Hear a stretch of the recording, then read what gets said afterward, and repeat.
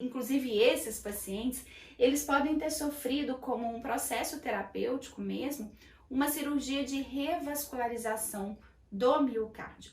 Essa cirurgia de revascularização, gente, é aquela cirurgia maior mesmo, né? Às vezes a gente chama de ponte de safena ou de algum outro vaso.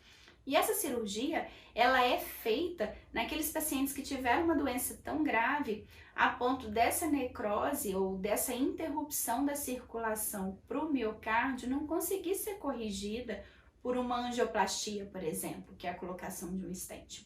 Aí precisa fazer uma cirurgia aberta, né, uma esternotomia. Então já vejam aí a magnitude desse procedimento. O paciente vai precisar de uma circulação extracorpórea, ele vai precisar de um tempo maior de internação para avaliar se esse procedimento foi bem sucedido.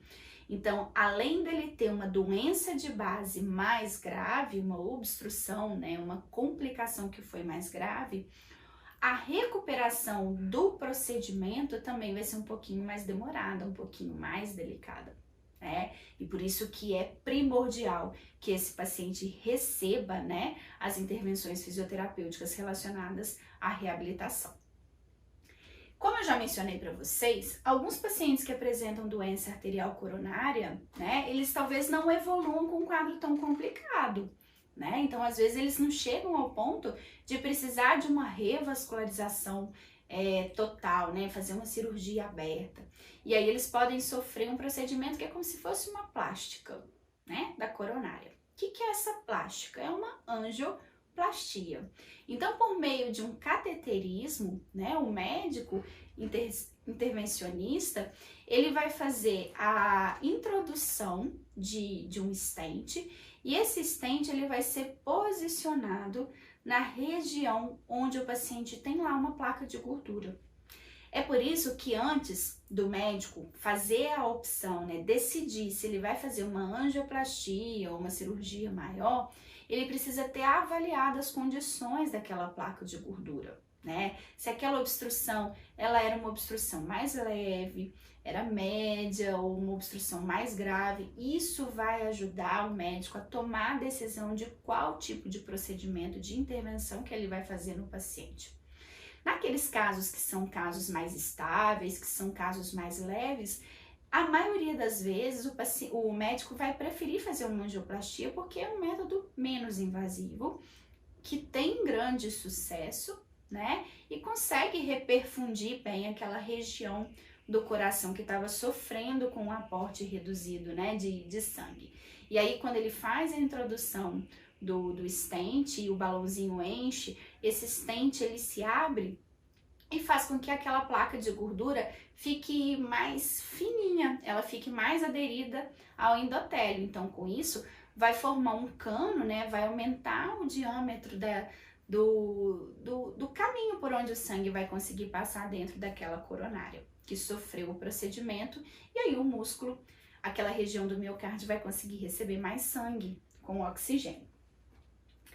Esses casos, gente, são utilizados, né, para tratamento de pacientes que às vezes tinham alterações clínicas como sintomas, né?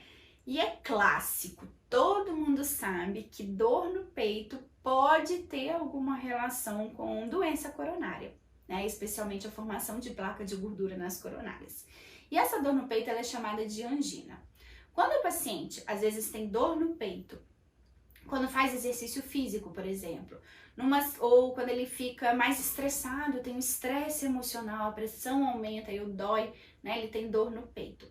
Essa angina, essa dor no peito, que acontece quando tem um aumento da demanda, da necessidade de mais fluxo sanguíneo para o miocárdio, a gente chama isso de angina estável.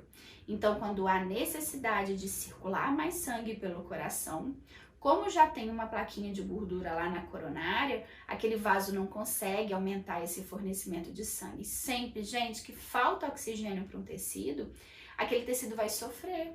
E uma das manifestações desse sofrimento vai ser a dor, tá? Então, esse paciente, ele tem uma angina que nós chamamos de angina estável, uma placa de gordura que tá lá, ela não se rompeu. O que está acontecendo é que quando aumenta a necessidade, quando aumenta a demanda, o sangue não consegue circular com o fluxo que deveria, né, circular e o músculo sofre, ele tem dor. Essa é a angina estável.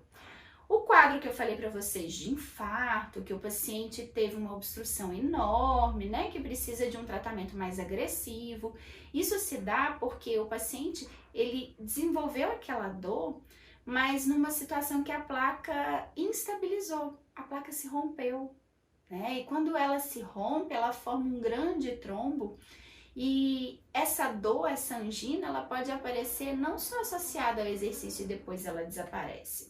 Essa angina ela pode ocorrer durante o repouso mesmo, e a tendência é que ela não melhore, afinal de contas, formou uma grande obstrução naquele vaso que mesmo retirando a demanda, que seria o exercício ou o estímulo de estresse, mesmo assim o paciente vai continuar sentindo dor. Esse é o quadro de angina instável, que se ele não for corrigido, né, o paciente evolui para o infarto e aí a gente vai lá, depois que esse paciente foi tratado, receber esse paciente no serviço de reabilitação, tá? Mas nós podemos tratar pacientes que apresentam quadros de angina estável, que ainda não fizeram angioplastia, não fizeram cirurgia de revascularização, não tiveram infarto. Esses pacientes são os pacientes coronariopatas, que nós chamamos.